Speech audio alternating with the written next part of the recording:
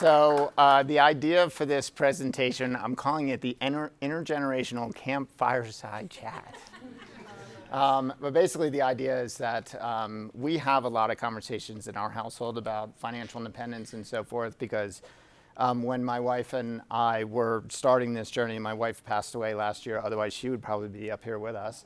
But we have these discussions in the household, so I thought it would be kind of fun to kind of have like that discussion like we have in the household and maybe try to encapsulate a lot of what we talked about over the years. So this is a condensed version of many conversations. So that was kind of the idea for this, and I encourage people to have those conversations within your own households. Or with other generations down the line, because I think that's something that we can all add to our community. So that's kind of the idea of this. Just some background. My name is Mark Trautman. As I said last night, I am a certified financial planner. I did that after I retired for fun. I retired at age 50 at the end of 2015.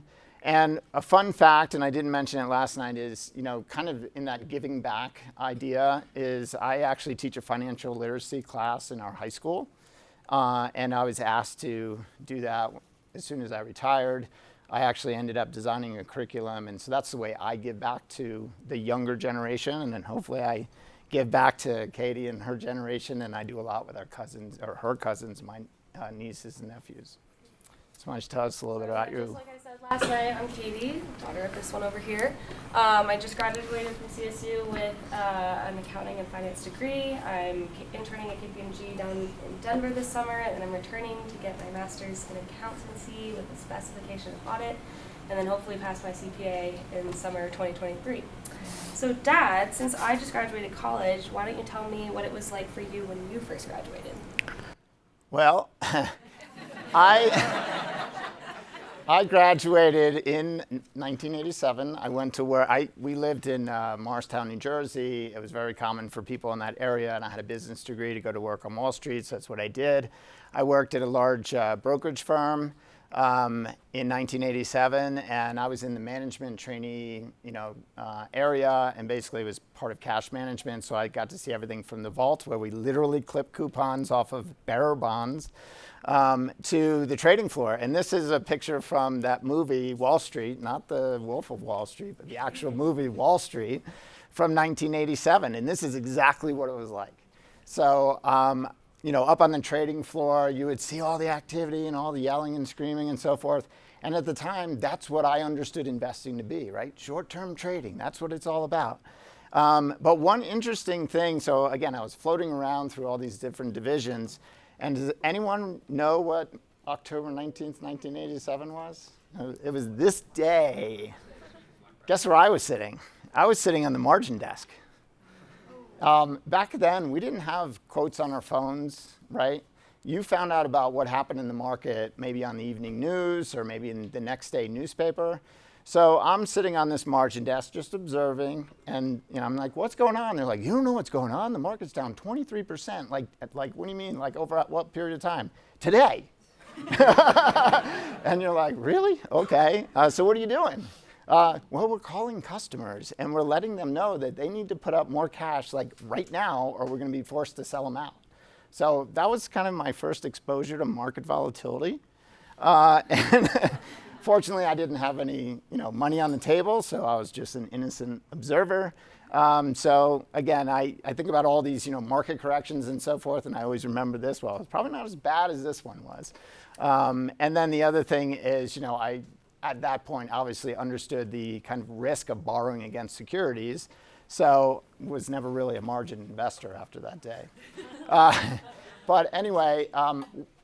I don't know how many people are familiar with money scripts. Have you heard that kind of concept? By the way, it's Joe's book, Stacked, which I actually brought a couple copies to hand out. There's a chapter on this topic, and you can kind of take a test and learn where you fall in the money script area. But I find it very important to understand like your own personal background, like what affected you? Who were you surrounded by? So on Wall Street, as you can imagine, money worship and money status were the two big common denominators, okay? So money worship is basically more money is great. Greed is good, right, as Gordon Gekko says.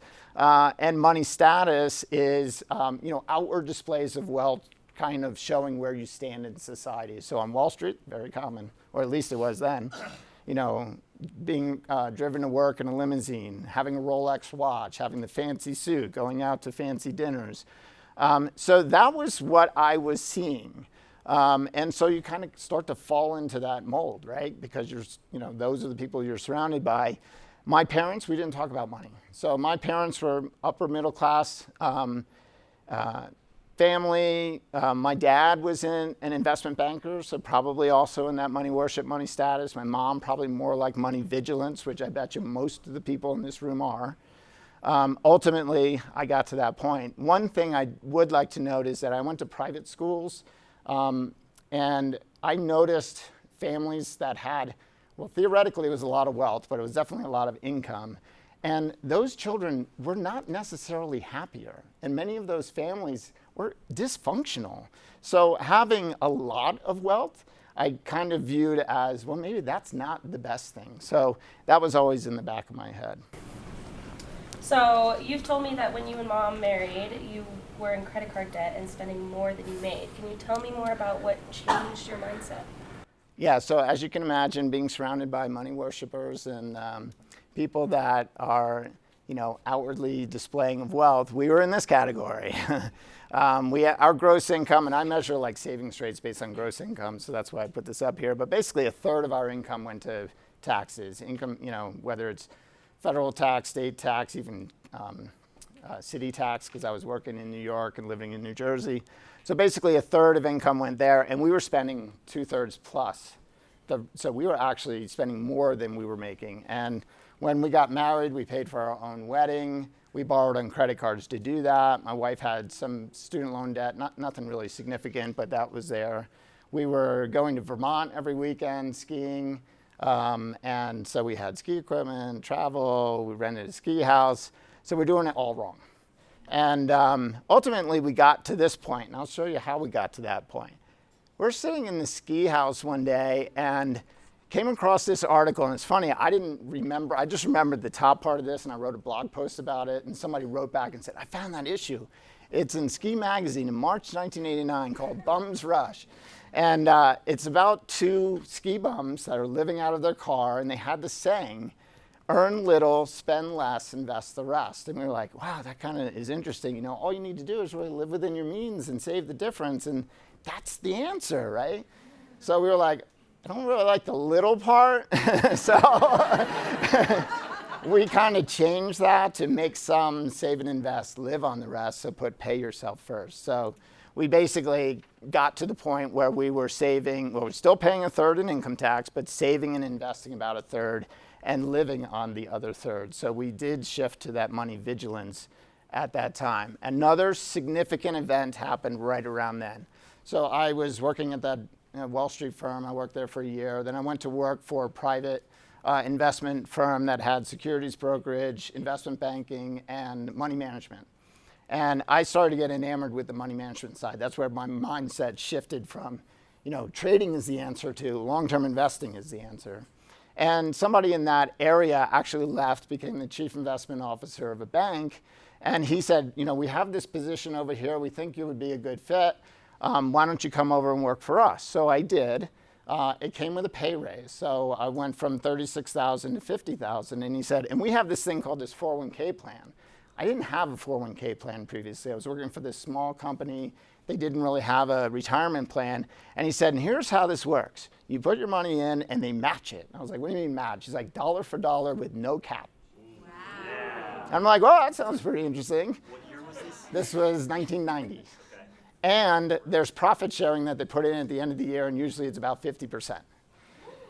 And he said, and you're young. You should invest in equities. And you should max out this plan. And if you turn around 20 years from now, you'll thank me that I told you about this. And I thank him every day. But basically, I also went home and said, Marge, do you have one of these 401k plans? And here's how it works. And she said, yeah, we have one of those. And so from that day forward, we both maxed out our 401k. We both were 401k millionaires before retirement. So super pivotal moment. And sometimes you find those things where it just, something happens and it's great. Yeah. What was the contribution limit at that time? $8,500. 85%. Yeah, so and that was the other thing. He's like, look, you're going to make $14,000 more. You're contributing pre-tax. Your net paycheck is still going to be larger than it was before. And I was like, yeah, bigger net paycheck, awesome. I wasn't really thinking about this piece of it. Wow. But yeah, so. All right, so you frequently give me books, both in general and for Christmas gifts, to read on financial topics. Are there any particular books that influence you and Mom on your FI journey? Yeah, so remember, this is the 1990s. 2 books. So The Wealthy Barber, that book came out in 1990. How many people are familiar with that book? I actually brought 3 copies here, so anyone want to read that book, I got them here.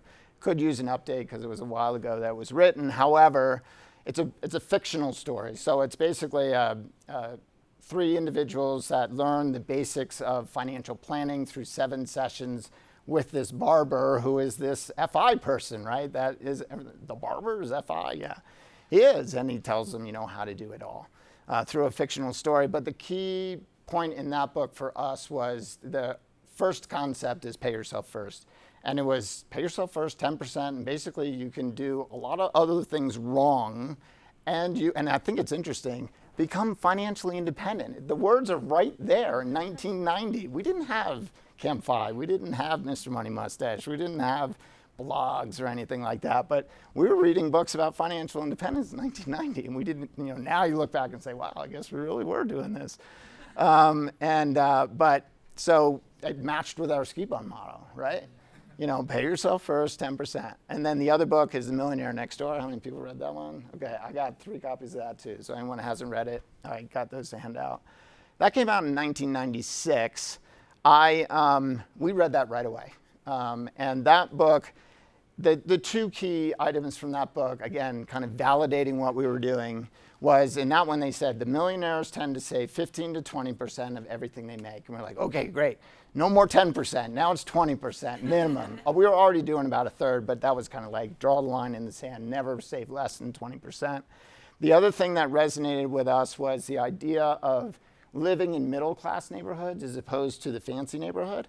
And we're like, that's cool, and kind of the idea of stealth wealth, And if you live among people that are potentially making less than you and maybe they're living closer to their means than we were, you don't have that keeping up with the Joneses, desire. The neighbor isn't getting a new car. Like right now I drive a 2004 truck that has paint that's peeling. And one day I went to somebody's house in the fancy neighborhood for dinner, and some other people were coming over and they said, oh, I see the contractor's still here. Are we early? And they're like, oh, no, that's Mark's truck. Is he okay? Oh, yeah, don't worry about Mark. He's good. But, so that was a pivotal book for sure. Great. So were there any individuals that specifically influenced you and Mom on your journey? Yeah, so this is a picture of my grandmother. That's Katie on her lap. That's my mother, and that's Marge. And I would say before any external influences, Marge was definitely, we were always on the same page. So we were walking this path together. We were learning together. We were both, moving from the bad money mindset to the good money mindset. And I can't impress enough about how important it is to have your partner on the same page. And not only that, but both digging into and maybe one person will be more familiar with the finances and so forth, but basically making sure you're on that same page and having discussions and so forth, and maybe discussions with the extended family members. So that she was definitely influential in our journey to financial independence. I don't think it would have happened as well if we weren't both on that same page. And so the story about my grandmother, very interesting story. So she, wife of a minister in Alabama, and her husband died when my mother was 21. He was the breadwinner. The church fortunately gave her housing the rest of her life, but she had to figure out how to make ends meet. A member of the church gave her a job as a secretary, and her husband had a very small insurance policy. It was $3,000. And her brother-in-law, who is a banker, said, you know what you should do with that money is you should buy some dividend-paying stocks to supplement your income. So they bought 2 utility companies. I think one was Atlanta Gas Light. I forgot what the other utility company was. And the other one was Coca-Cola. And I asked her, and I knew at this time she had a bunch of Coke shares, and I'm like, so what's the story with this Coke stock? Like, how did that all come about? And she told me about the life insurance policy and so forth. She said, not only that, I have it all written down. And I have this piece of paper. So basically, she bought 9 shares of Coca-Cola in 1964 for $1,192. And she even wrote down the commission and the fee and all that stuff, which is about $10,000 today. She never reinvested the dividends, but that company, split its stock over the years. And here are all the stock splits. She wrote them all down. And then I added these two after I got the piece of paper. So there are now 3,456 shares, which as of last night have a current value of about $222,000 and are currently paying annual dividends totaling about $6,000, so 5 times the original investment. So this was like, the other person on the previous screen was Warren Buffett, which obviously I learned a lot from. I go to the annual meetings and read all the annual reports, and that's great. He can compound, but when your grandmother's doing it with $1,000, that really hits home. And my mother still has these shares, so she's never sold the shares. And of course, Katie, I think, thinks she's getting them now, which may end up happening. But that was like the story of compounding. And then with Buffett, again, I learned an awful lot from him. But one of the key things is the importance of honesty and integrity. He and Charlie Munger talk a lot about that, and that's something that I was certainly inspirational. So besides the fact that you and Mom were avid skiers, what prompted you to move to Colorado? Okay, so this is one thing, especially after Marge passed away, that I like to, kind of talk to people about. And we always lived a balanced life, So we were, striving for financial independence, but also trying to enjoy life along the way. So we were not the uber savers, the 60%, 70% savers. In 2008, we decided to move to Colorado because we were tired of the taxes in New York and New Jersey. We were tired of skiing ice and rain in Vermont. And decided, let's move to Colorado. Katie was going into 3rd grade. We thought that would be a good time to do it. I walked in and quit my job. I just walked in and said, I'm moving to Colorado. And they're like, you're doing what? And I was like, yep, moving to Colorado. And I was working at home, I think 2 days a week. I thought, well, maybe there's an outside chance they'll allow me to continue to do that. Fortunately, we made a deal that I was able to do that. But it was kind of like playing J.L. Collins' famous FU money card when I didn't know that's what I was playing. But basically having that financial wherewithal to make those decisions. I know a lot of people are talking about like mini sabbaticals or, getting a raise or whatever. Having that financial backstop, even if you're not fully financially independent, super powerful. So we always kind of tried to balance the enjoyment of life and financial independence or the goal for financial independence. And I would have to say that since she passed away at a young age, I am super, super glad we did that. Had we not done that, I think today I could be standing here fully financially independent saying we were going to do all of those things, but never got the chance to do it. So I kind of encourage people this idea of slow-fi, coast-fi, figure out what you do you, don't worry about what other people are doing. Super important. Great. So now that you have been retired for more than 6 years, is there anything that you can share about the transition into retired life? Yeah. I will say, how many people are actually living only on their portfolio? So a handful of people, like 5. Well, you two are like together 1, so that's 4. Super hard. If you're money vigilant and you're watching all of your investments and you're watching it grow, and every quarter, well, maybe not this quarter, but most quarters, you like to tally it up and see the growth, you're going to find it's really hard to spend the money. And actually you two are 1. So that's 1, 2, 3. That was super hard. And I would say you're going to need to kind of think about that once you get to that point. Because I had to learn how to spend this money. And so the first year, I didn't spend anything. We kind of looked around the house and said, well, what can we sell, right? So we had a classic car. We had some other assets. So we sold some things that really weren't important to us. And that funded year 1. And then in year 2, I owned a very small piece of this private company I was working for. I didn't have any control on selling those shares. It was up to them if and when to cash me out. They did cash me out, and that paid for almost year 2. So it wasn't a huge payout.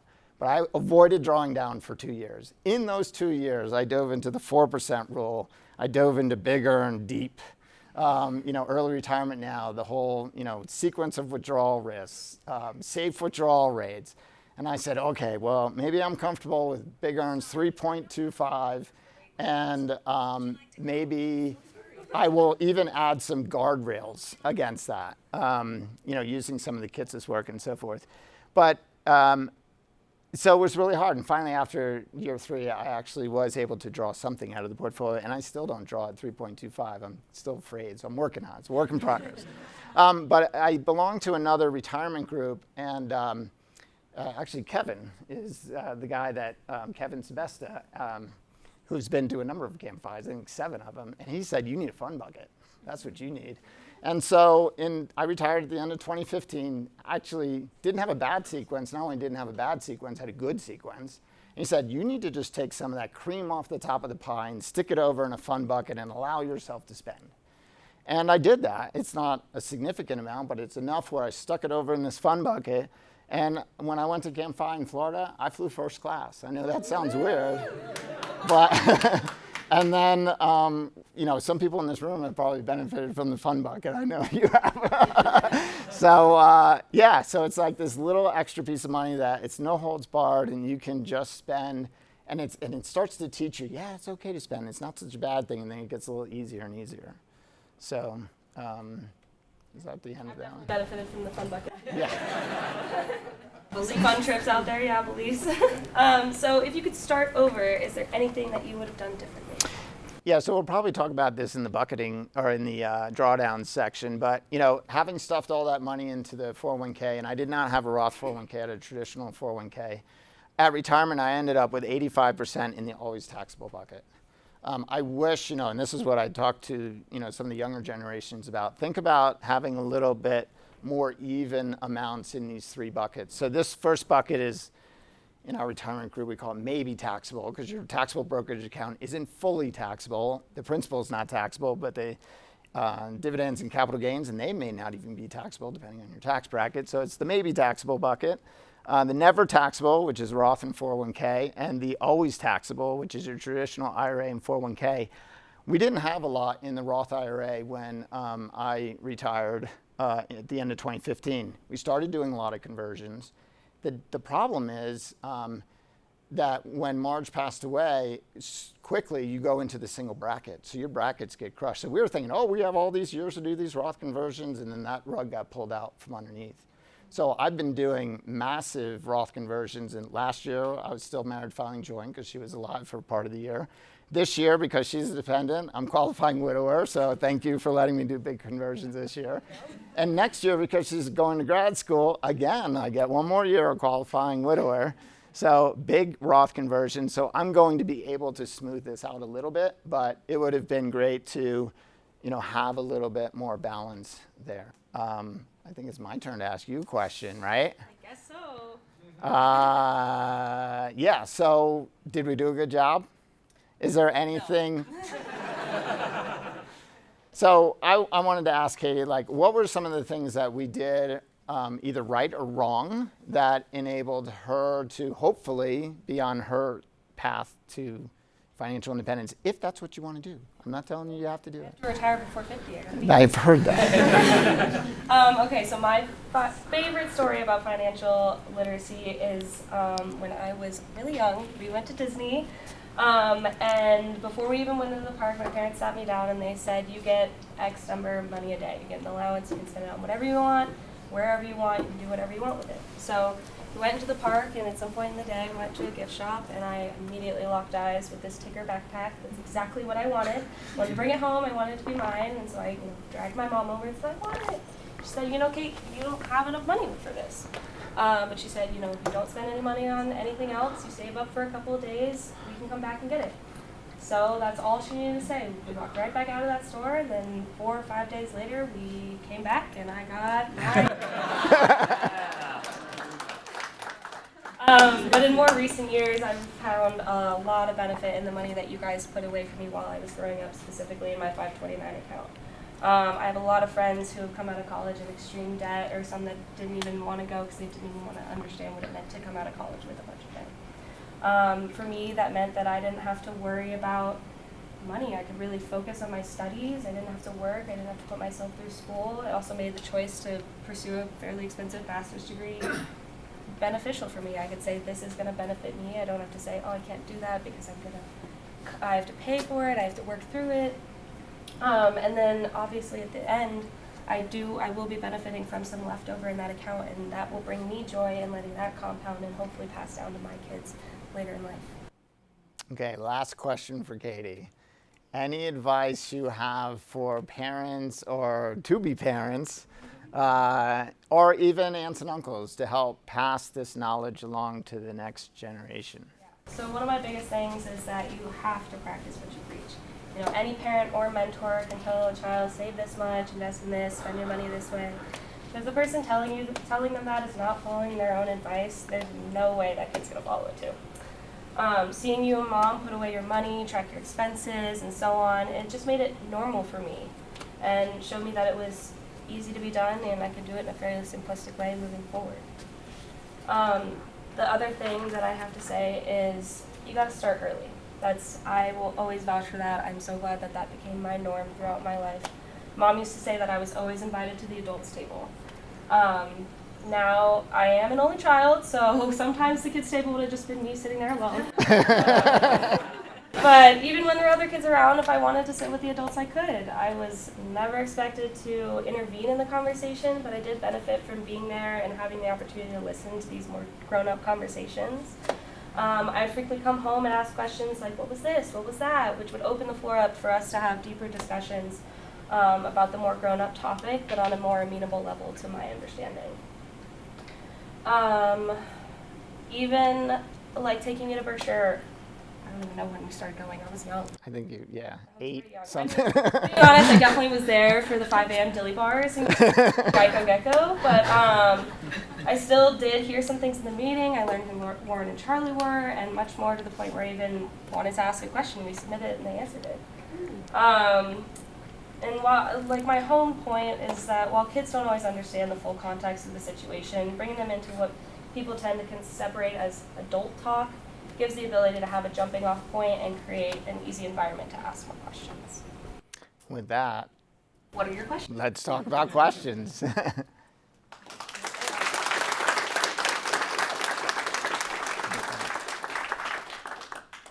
Yeah, question time.